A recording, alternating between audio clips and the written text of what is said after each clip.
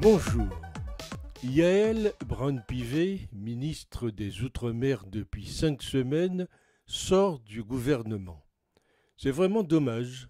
Elle ne pourra pas poursuivre l'énorme travail accompli depuis son arrivée, car elle a l'ambition personnelle débordante pour un poste à tout prix. Un jour au gouvernement, le lendemain à la présidence de l'Assemblée nationale, un équilibrisme malvenu. Arrogante, elle est le stéréotype de la Macronie dont les Français veulent se débarrasser. Aucun respect pour les Outre-mer, juste un tremplin politique pour elle. Quel amateurisme quand même de la part du président.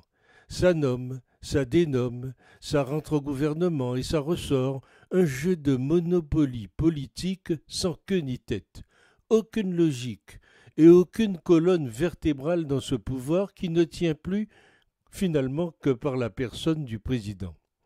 Yaël Braun-Pivet est connue pour avoir montré son manque d'impartialité et sa suffisance lors de sa présidence de la commission Benalla. Elle a bloqué la commission d'enquête dans l'affaire, elle y était présidente, et a refusé l'audition d'un proche du président Macron qui était impliqué. Ascension rapide ensuite chez La République en marche. La voix de son maître sera en effet mieux payée à l'Assemblée nationale. C'est malheureux à dire, mais cette dame est celle qui doivent leur carrière à leur servilité. Et si par hasard elle n'était pas élue au perchoir, que se passerait-il?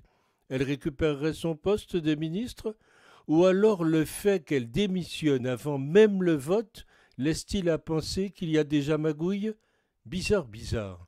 Pourquoi Mme Braun-Pivet démissionne-t-elle de son poste de ministre aux Outre-mer avant l'élection au poste de président de l'Assemblée nationale?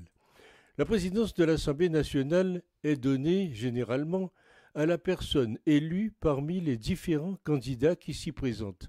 Comment se fait-il que Mme Braun-Pivet démissionne de son poste avant cette élection? Tout un chacun a pu juger d'ailleurs de l'importance de cette fonction.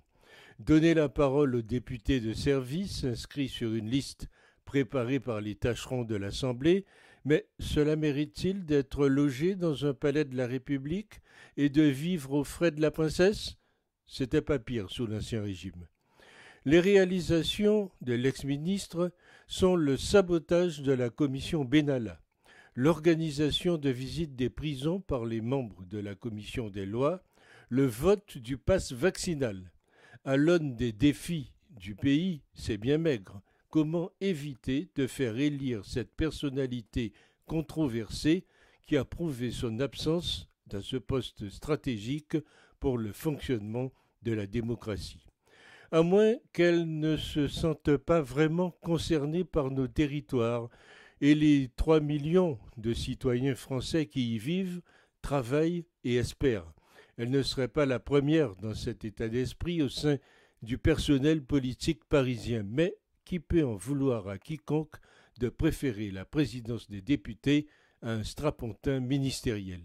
Car en vrai, quelle est l'utilité de ce ministère des Outre-mer? Le 10e seulement des dépenses de l'État dans ces territoires périphériques y transitent. L'essentiel des crédits est ventilé par des ministères stratégiques, la santé, la justice, l'éducation ou l'agriculture. Nous attendons donc maintenant un nouveau ministre des Outre-mer. Il ou elle ne sera pas sûrement issu de nos pays.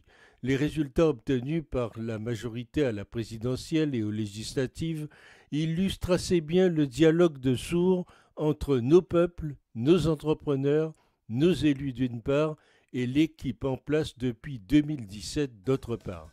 Au lieu de s'intéresser à son identité politique, il s'agit de savoir quelle politique il ou elle voudra mener, si toutefois il existe vraiment une politique pour l'outre-mer.